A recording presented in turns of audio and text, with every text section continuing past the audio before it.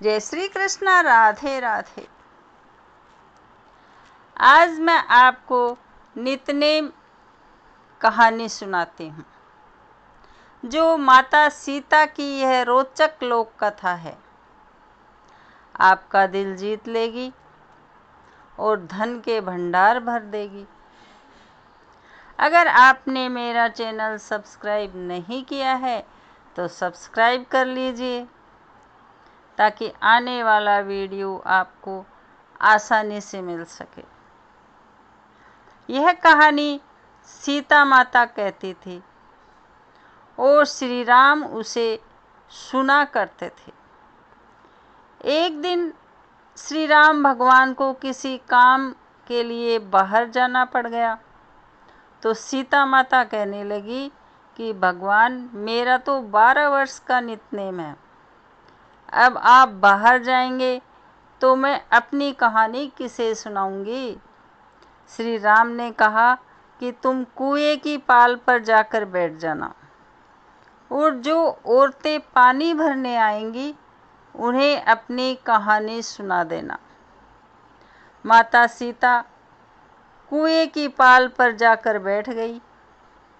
एक स्त्री आई। उसने रेशम की जरी की साड़ी पहन रखी थी और सोने का घड़ा ले रखा था।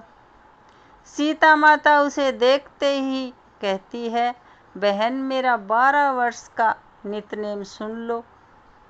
पर वह स्त्री बोली कि मैं तुम्हारा नितनेम सुनूंगी तो मुझे घर जाने में देर हो जाएगी और मेरी सास मुझसे लड़ेगी।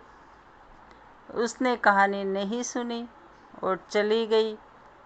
उसकी रेशम की जरी की साड़ी फट गई और सोने का घड़ा मिट्टी के घड़े में बदल गया। सास ने देखा तो पूछा कि किसका दोष अपने सिर लेकर आ गई। बहू ने कहा कि कुएं पर एक औरत बैठी है। उसने कहानी सुनने के लिए कहा, लेकिन मैंने सुनी नहीं, जिसका यह फल मिला। बहू की बात सुनकर अगले दिन वही साड़ी और घड़ा लेकर सास कुएं की पाल पर गई। सास को वह माता सीता बैठी मिली तो माता सीता ने कहा कि बहन, मेरी कहानी सुन लीजिए। सास बोली कि एक बार छोड़, मैं तो 4 बार कहानी सुनूंगी। तो माता सीता सुनाने लगी। राम आए, लक्ष्मण आए, देश के पुजारी आए, नितनेम का नेम लाए, आओ राम बैठो राम, तपी रसोई जियो राम, माखन मिश्री खाओ राम, दूध बतासा पियो राम, सूत के पल का मोठो राम, साल दुसाला पोढ़ो राम, साल दुसाला ओडो राम, जब बोलूं जब राम ही राम, राम संवारे सबके काम, खाली घर भंडार भरेंगे, सबका बेड़ा पार करेंगे, श्री राम जय राम जय जय राम। सास बोली कि बहन, कहानी तो बहुत अच्छी लगी। कहानी सुनकर सास घर चली गई और उसकी साड़ी फिर से रेशम की जरी की बन गई। मिट्टी का घड़ा फिर से सोने के घड़े में बदल गया। बहू कहने लगी, सासू माँ, आपने ये सब कैसे किया। सास ने कहा कि बहू, तू दोष लगा के लाई थी और मैं अब दोष उतार कर आ रही हूँ। बहू ने फिर पूछा, वह कुएं वाली स्त्री कौन है। सास बोली कि वे सीता माता थी। ये पुराने से नया कर देती है और खाली घर में भंडार भर देती है। वह लक्ष्मी जी का वास घर में कर देती है। आदमी की जो भी इच्छा हो उसे पूरा कर देती है। बहू बोली कि ऐसी कहानी मुझे भी सुना दो। सास बोली कि ठीक है, तुम भी सुन लो। और सास ने कहानी शुरू की। राम आए, लक्ष्मण आए, देश के पुजारी आए, नित नेम का नेम लाए, आओ राम बैठो राम।